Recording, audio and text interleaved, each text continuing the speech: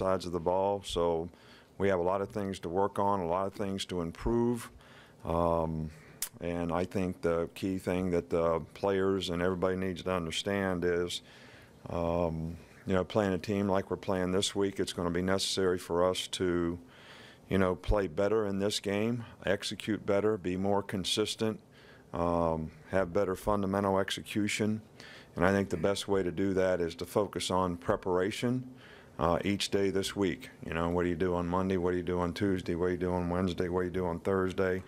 And really get it down and carry it into the game with good focus.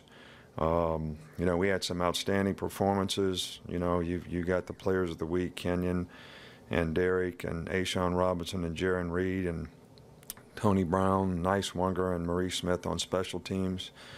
We don't really have any injuries to report. We got a couple guys that'll be in black jerseys today, but I don't think anybody that will, you know, be out for this game. Ole Miss, you know, certainly has an outstanding team. They've got a lot of experience returning, like 18 starters or whatever. Obviously, when you score over 75 points a game, you know, you got a pretty dynamic offense in a lot of ways. They've got a lot of good players. They got a great scheme. They do a really good job of executing, and they play fast. And, you know, they're leading the nation in a lot of categories when it comes to, you know, offense. I think Chad Kelly has done a really good job for them. They've got a really good runner in number 6. They've got really good receivers. You know, Treadwell is probably as good as anybody in the country, and really good receiving core. And so their defense, they've got 7 starters back, and one of the best defenses in the SEC, giving up 12 points a game so far this year. So they're one of the best defensive teams in our conference as well. So this is a very, very good all-around team. Certainly going to be a challenging game for us, but you know, we're looking forward to playing in the SEC, playing in our conference. This is a conference opener for us, and if you're a great competitor, you love to play in games like this, and this is certainly going to offer as many challenges as anyone could hope for as a competitor. Cyrus Jones seems to be playing with a lot more confidence this year. What have you seen in from him in terms of his growth, and also how's he leading that secondary group? Well, I thought Cyrus played, you know, most consistently for us last year. I do think that, you know, the more a guy plays, the more experience that he gains. He's played very well for us so far this year. I think he has a good understanding of what we expect for him. He's done a good job so far in the return game for us as well. And you know, he sets a good example in terms of how he works and what he does, and I think that's been a positive for us with some of the younger players in the group. The other side to Tony. Nick, in your preparation, is there any time at all spent looking at last year's game and lessons that can be learned from last year's game in Oxford? Well, I don't think there's any question about it. You know, one of the most important things that we always do is, you know, especially when it's the same staff, is you always look at, you know, what did they do last year? How did they play you defensively? You know, what did they try to do offensively? And sort of evaluate, and we do this after we play the game, evaluate what we did well and what we needed to improve on. And that's the first thing we get out this year when we play somebody, is try to figure out how we could do those things better and how we can make those adjustments. So I always think that's a big part of planning. Talking to Kenyon last week, he said you had a conversation with him to kind of slow things down, felt like maybe he was trying to push and do too much. What do you remember from that conversation? How do you think he did this week with that? Well, I just thought after the first game, you know, Kenyon was trying to make a big play every time he got the ball and was really trying hard, maybe too hard, and that was affecting sort of his decision-making, whether he should bring a ball out on the kickoff or, you know, how he actually ran the play as it was designed to press the hole and get out of it. You know, what you can get out of it, and the big plays will come. You got to let the game come to you, and I certainly think that he was a lot better, you know, in this last game, and hopefully he'll be able to build on that. Over here to Matt. Nick, with OJ, just how well do you think he's playing through the first 2 games? It seems like he's had some very good moments, both catching the ball and also in the blocking game also. OJ has done a really good job. He had a great camp, and He's been productive for us in 2 games in a row in the passing game, and I think it's important for us to continue that because he is a little bit of a mismatch player most of the time, and he's a very good athlete, very good receiver, and he has improved his blocking, and I think that has helped as well. And do you see anything different about Ole Miss's offense with Chad Kelly in there compared to Bo Wallace schematically, or is it the same offense? Well, it's, conceptually it's pretty much the same offense. I think that, they've always been a team that likes to do quarterback runs. He has run the ball a few times, and he is a very effective runner. When they bring the next quarterback in, number 2, they've done a little more of that. That doesn't mean they won't do it with Chad Kelly. He has done it some, maybe not quite as much as Bo Wallace did it a year ago, but throwing the ball, executing their offense, he has done a fantastic job. Back Cecil. Coach, you recruited Robert Kimdichie. You've played against him. What's unique about him? What does he bring to them on both sides of the ball, I guess? Well, he's really, first of all, he's a really, really good athlete.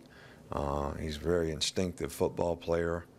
He's got great size. He's quick. He can pass rush.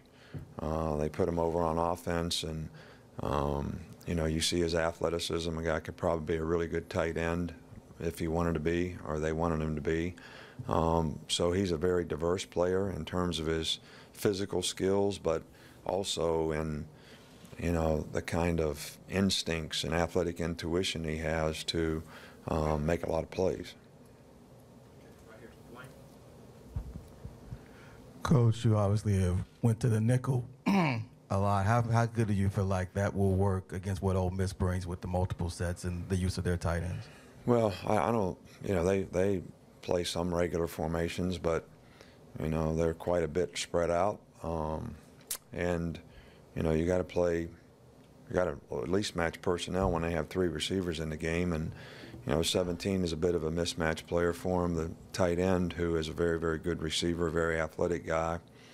So they kind of use him, on the line in the backfield as well as out as a wideout. So these are the things that you have to adapt to and adjust to. But, it's pretty hard to play these guys if you don't play nickel. Back this side, John. Nick, Laramie Tunsil has missed the first 2 games for Ole Miss, and I guess it's kind of unresolved as to whether he'll play this week. Do you have to game plan assuming that he does play, and kind of when figuring out defensive schemes, do you have to kind of look back to last year with tape of him playing, or just kind of go off what you got so far this year? He's a very good player, and he's played some really good football, against us in the past, and I really don't know his circumstances in this situation. I don't know whether he's going to play or he's not going to play. It's for the defensive lineman basically to study. It doesn't change their scheme whether he plays or doesn't play. It doesn't change their plays. It doesn't change who gets the ball. It doesn't change their runs. It does, change a little bit how an individual might play against him. So I think that those individuals need to look at that, and if he plays, be ready for it. Coach, as you get ready to face a team that has such a good receiving core, how do you feel about where your secondary is overall right now? Well, I think we've played better in the first, couple games. I don't think we played against the quality of receivers that, Ole Miss has, so this will be a challenge for them. A few of the guys played against these guys last year, and we obviously need to do a better job this year than we did last year. But they make a lot of big plays, and they've made a lot of big plays in the first 2 games, and I think it's going to be really important that our guys understand that, we've got to not allow them to make big plays. And, that's a challenge in and of itself with the skill level that they have. A few more. Right here, Alex. Coach, just wanted to ask you, can you explain the decision to go with Cooper at the beginning of the second half? And what do you see after watching film from the 2 quarterbacks? You said they need to improve, but what do you see from Graydon and what they did? Well, I think that, both guys did some good things in the game, but I think both guys, need to, we'll see when they watch the film and probably feel this way, that there's a lot of things that they could have done better. Obviously, we, threw too many balls that the other team could have intercepted. They intercepted a couple, but they could have intercepted a couple more. So, taking care of the ball is the #1 concern, but managing the offense, getting us in the right protection, the right play, especially in third down situations. These are things that we need to do a much, much better job of. And if we do that, there were a lot more plays to be made out there. And I think both guys need to play better. In front, Ken. Ole Miss defense can be very disruptive. You guys had some trouble protecting the quarterbacks last Saturday. How do you feel about that unit? Well, Ole Miss's defense is very, very good. Their front is very active. They're very quick.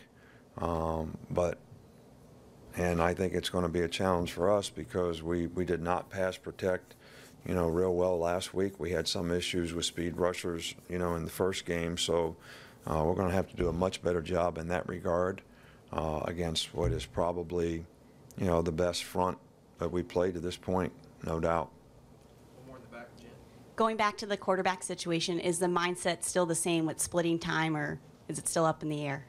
Well, I think both guys need to improve, and I think, we evaluate this on a day-to-day basis, and, we're going to make the decision based on what we think is best for our team. If it's to play two guys, it'll be to play two guys. If we think one guy is going to give us a better chance in this game, we'll certainly play that guy.